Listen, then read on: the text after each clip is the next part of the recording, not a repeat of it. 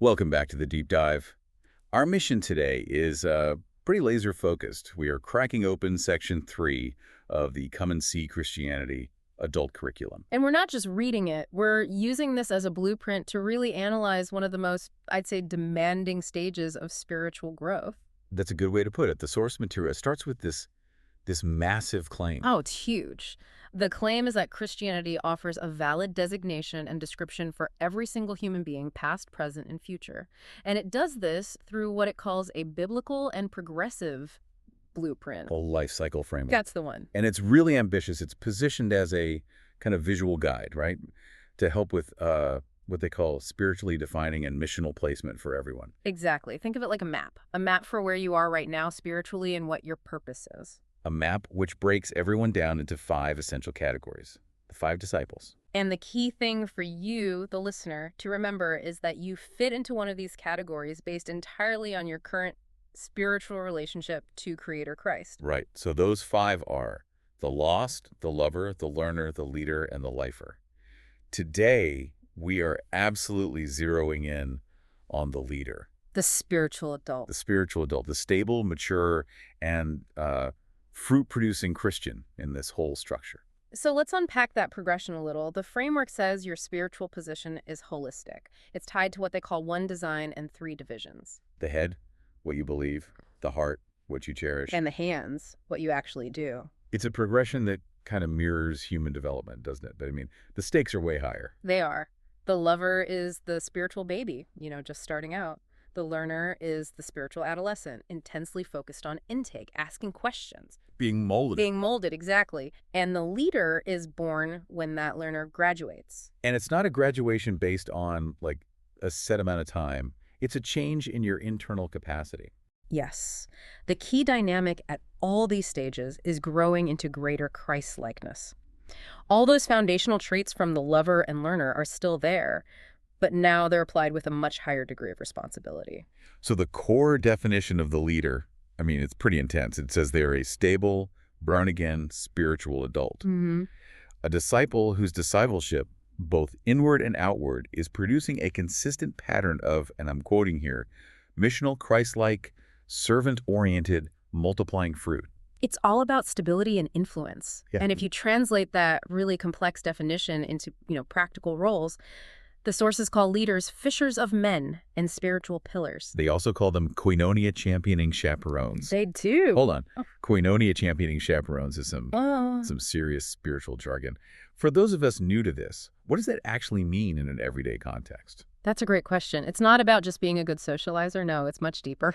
Koinonia means fellowship, unity, a shared life, and a chaperone, guards and guides. So a koinonia championing chaperone is someone mature enough to protect the group's unity. So they mediate disputes. Mediate disputes, ensure the spiritual family is healthy and focused. They're basically the spiritual parents in the family of God, nurturing, protecting. That makes a lot more sense. They're the stable core. Oh. And the source says the 4 saved types, lover, learner, leader, lifer, they all make up the biblical Christian church with a capital C. Correct. But the emphasis is really personal here. Being a leader is this intensely personal, eternal condition.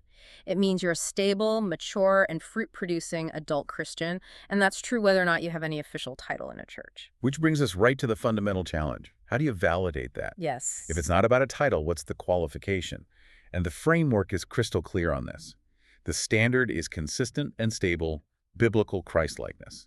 It is not a churchy resume. And that distinction is it's the bedrock of the entire leader concept. Character over credentials.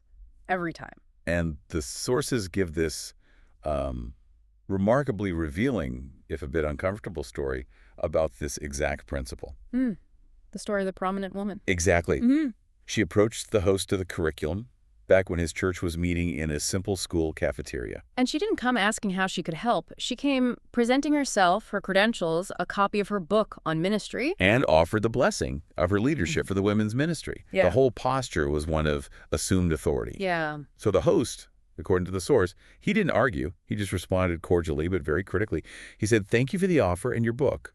But what we really need right now is some help with the servant's work of setting up and tearing down the cafeteria each week." And what's so fascinating is her immediate reaction. The cognitive dissonance. Yeah. She completely ignored his request. Completely. Just restated her desire to lead the women's ministry. She expected a position, Yeah. not a job to do. So when he asked again about the physical servant's work, she just walked out, visibly angry.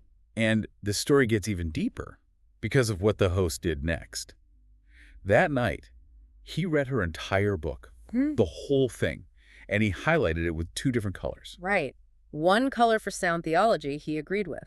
And the second color, and this is the key insight, was for truths that were solid, doctrinally, but that her behavior just hours before had completely betrayed. He was using her own words as the standard. Exactly. Her own words. The contrast between what she wrote and what she did became this qualification lesson. But he didn't let it go. No, he didn't. The next day, he went to her workplace, book in hand. After she tried to deflect a few times, he opened the book to the second color. He asked her to talk about the difference between the glorious things she wrote about humility and service. And what she actually did when asked to, clean a floor and move some chairs. And that's when she got it. She exclaimed, "You are calling me a hypocrite. You are asking me why I did not do what I wrote." And the host just affirmed it. Yes, exactly. The meeting ended with her raging and walking out. But the lesson for you, the listener, is just. It's unforgettable. Qualifications here are defined by the willingness to do the lowliest task, not hold the highest title. This is why the source quotes John Stott. He emphasizes that Christian leaders are under people as servants, not over them. The chief characteristics are humility, not authority, and gentleness, not power. So the moment a leader starts thinking service is beneath them, They disqualify themselves immediately. And this drives home a really critical theological point the sources make. Justification, it's Christ's work for you. It must be accompanied by sanctification, the Spirit's work in you. Right. To put it simply, justification is the divine declaration. Sanctification is the demonstrable evidence. And the source warns that if you have no experience of that ongoing sanctification, if there's no visible fruit of humility and service in your life, you have no biblical reason to suppose you've been justified. The fruit validates the claim. That makes the shift from learner to leader a really profound transformation. Which brings us to maturation.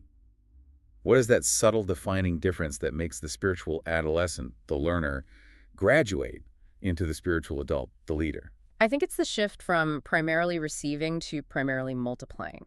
The learner is all about receiving instruction, growing roots.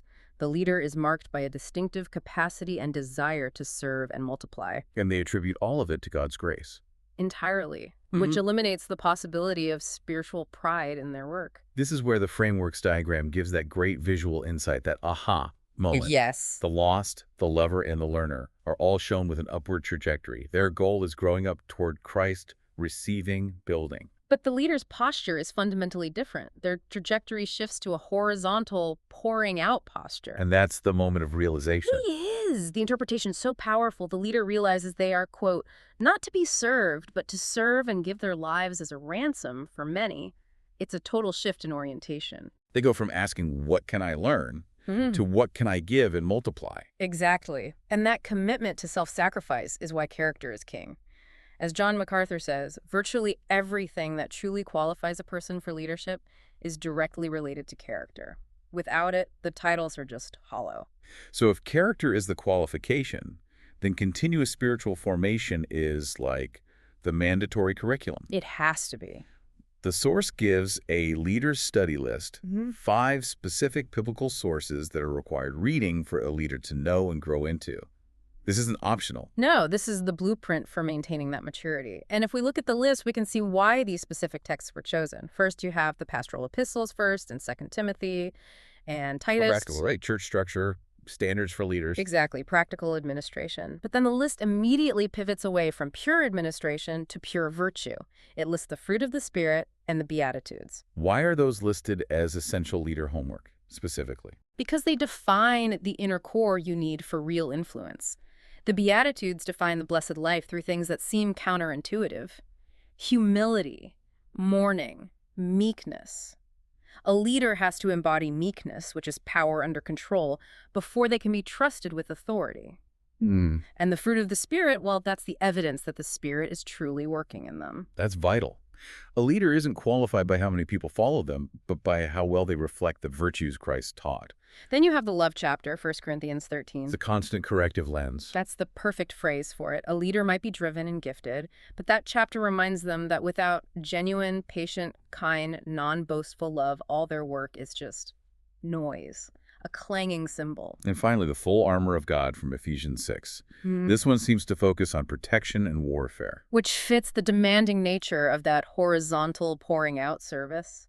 Leadership in this framework is inherently demanding. The armor, truth, righteousness, peace, faith, it's necessary not just to survive, but to maintain the stability you need to multiply fruit for others. The mandate is so powerful and simple. True love is shown in action and in truth. The leader has to be the real deal. Which brings us to the final section, the leader's dedication. And dedication is the core sustaining trait. It is. The devotion leaders show in their learning, their loving, their living. That's what God uses to inform, inspect, and inspire others. It's the catalyst. The sources make a really sharp distinction here. They liken leaders to good shepherds who courageously serve and sacrifice. And they contrast them sharply with selfish hirelings. The hirelings, that's from John 10, they're the ones who, cut and run at the first sign of danger or discomfort. They serve for payment or for prestige, not out of commitment or love. The leader stays through the hard times because their motivation is internal, it's sacrificial. It reflects that horizontal posture we talked about. It speaks to the level of passion that's required. The framework uses the biblical example of Ananias from Acts 9. Ananias was given this incredibly difficult, risky task to go approach the newly converted but still very feared Saul, who became Paul. And Ananias, at first, he questioned it, but he quickly shifted his posture to absolute obedience, saying, "Here I am, Lord." And that is the character trait of the leader. They're imperfect, they have doubts, but they are passionate disciples. Instead of asking, "Why, Lord?" when they're challenged, they quickly come back to, "Yes, Lord." Exactly. It's the long view that matters most. Leaders lead with Christ-like commitment. They love with a heart that longs to help others, and crucially, they last by grace, with a faithful passion for God's purposes. They embody stability. So, to synthesize this whole deep dive on the leader, they're the mature, stable, fruit-producing Christians. They are validated not by a resume, But by demonstrable humility and service. and ultimately, as the sources conclude, the effectiveness of their leadership is measured by influence, the kind of influence that flows from that deep character. When you see someone's life profoundly shaping others for the better, you found a leader in this framework. But this type of self-sacrificial, mission-driven leadership inherently contains a central tension. And it's something the sources flag for you, the listener, to really contemplate. On one side, you have the focus that's required for the mission. The material quotes Max Lucado.